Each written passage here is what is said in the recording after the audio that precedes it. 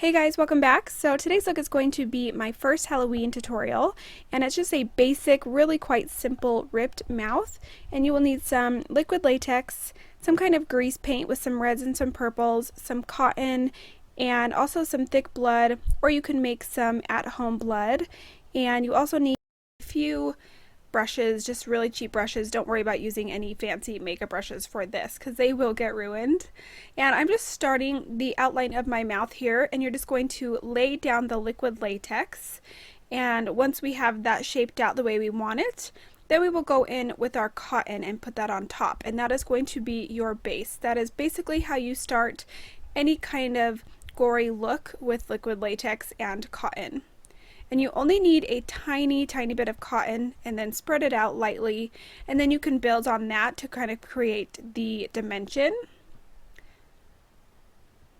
And you want to start to kind of rip it apart the way you want it to look at this point. As you can see here, I'm kind of moving it around. You can pull some pieces so they hang down so it looks like hanging skin. And then we're going to take latex and put that on top of that.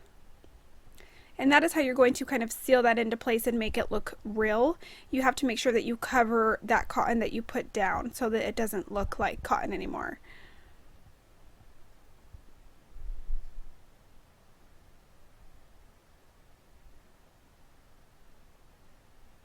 One of the main things you need to know about latex is letting it dry. You can't just put it down and then start painting over it. You have to let your layers dry, and it does take a little bit of time.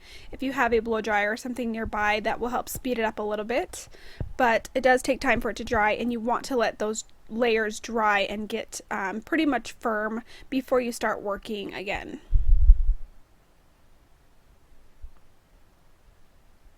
And you can take the brush of this latex that I'm using here and kind of use that to, again, spread that cotton, make it look really gory and ripped, give that cool effect of ripped textured skin.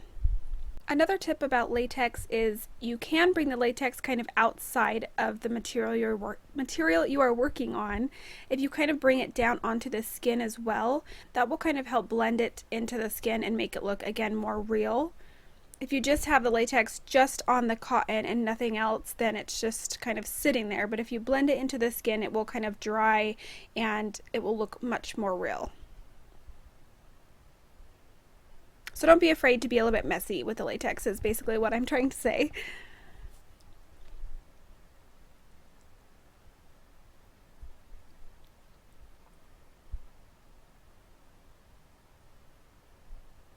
Again, here I am just pulling pieces down to kind of make them look ripped and torn. It just ends up looking way more cool that way.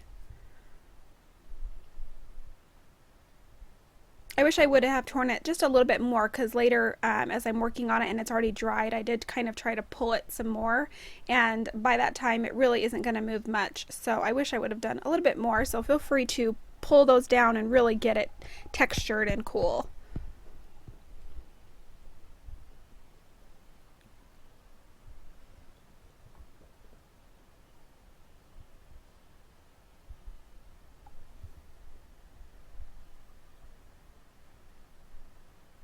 And I decided to bring it into the lips just a little bit more so it kind of looked more natural, and added a little bit more cotton there because I really wanted it to start from the lips. I mean, ideally that's what it would do, so.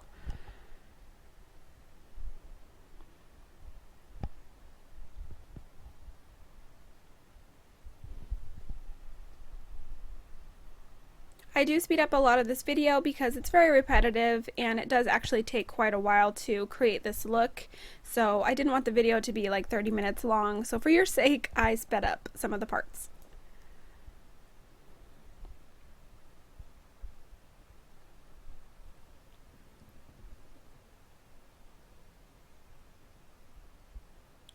Now I'm going to take a little bit of my foundation. This is just the L'Oreal Infallible Pro Matte Foundation, and just applying this to the border of the mouth. It's just going to help it blend into the skin just a little bit better, look a little bit more natural.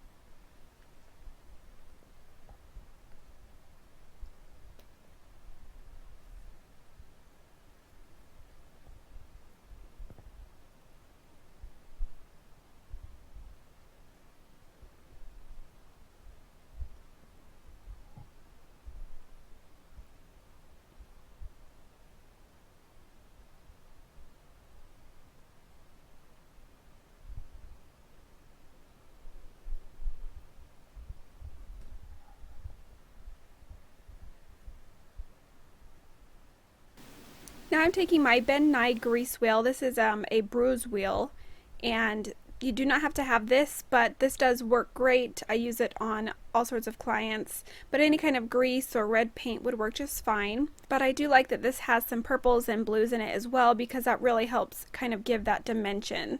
So if you can add more color to there, it's going to make it look that much cooler. And I'm just starting with the lightest red color as our base and filling in the inside of the mouth.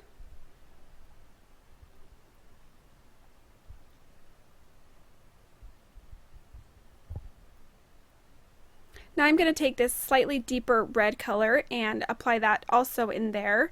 Again, we're just creating depth so it looks like our cheeks have actually been dug into.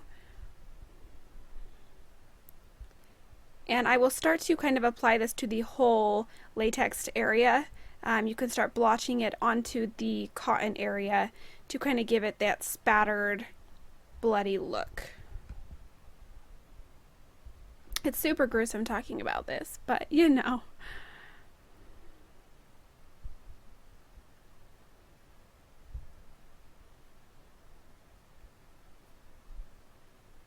As you will see here in just a second, I'm kind of doing it right now, but I'm going to start working with the deeper blue and deeper reds to kind of really create that depth. And what I do is I take it and I just push it up underneath the cotton. I'm not necessarily filling in the middle of the gap. I'm putting it up against the cotton, because that's really what creates that depth, is when you line the outside of the mouth with the darker shades and have the lighter shades in the middle. The more you do that, the deeper the cut is going to look.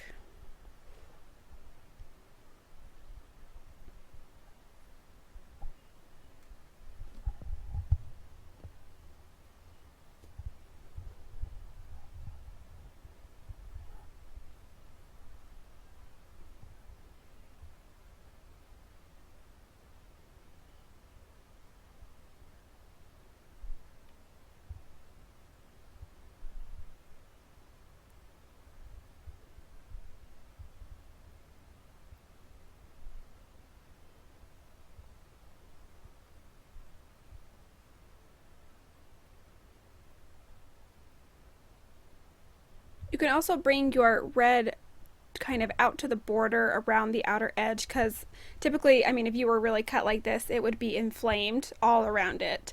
So there would be a lot going on. So feel free to bring some redness out around the cut as well.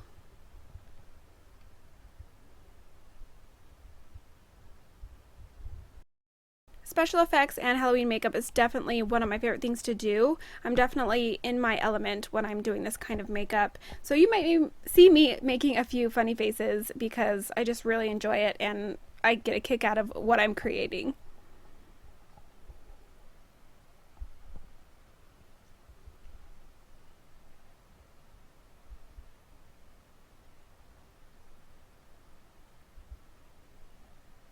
So here I'm just continuing to build that depth. That's really the main part of this look, is just using deeper and lighter colors to create depth and just a very textured appearance.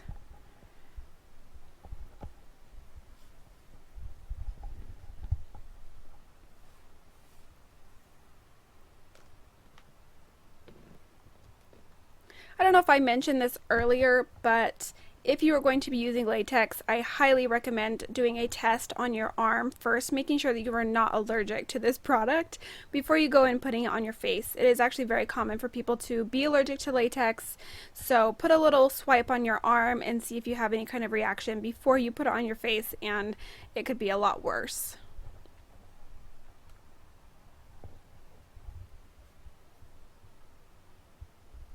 Now I'm taking some thick Nye blood.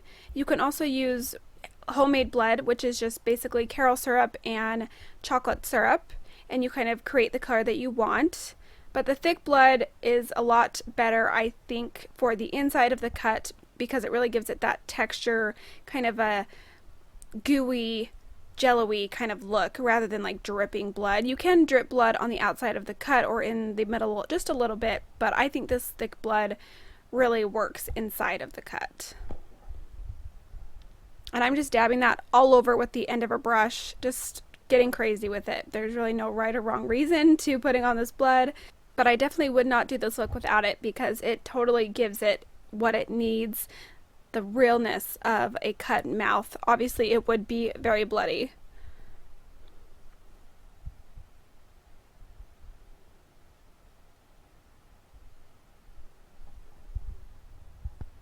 And I'm just having a moment here because my mouth was actually kind of stuck and it looked so funny.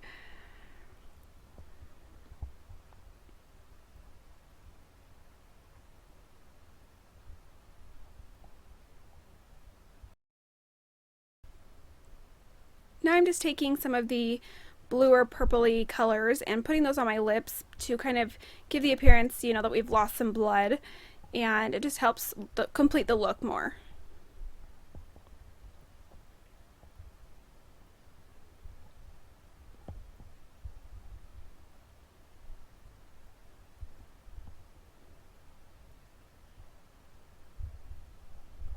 If you want to go all out and make this a full face thing, go right ahead. You could hollow out the eyes and the temples with some blues and blacks, and that would be super creepy, but I just wanted to keep this very basic, very simple, kind of a first step. But you can do so many things with this look. You could even add some teeth into the mouth if you are comfortable with doing that. It could be very cool if you were to do even more with it.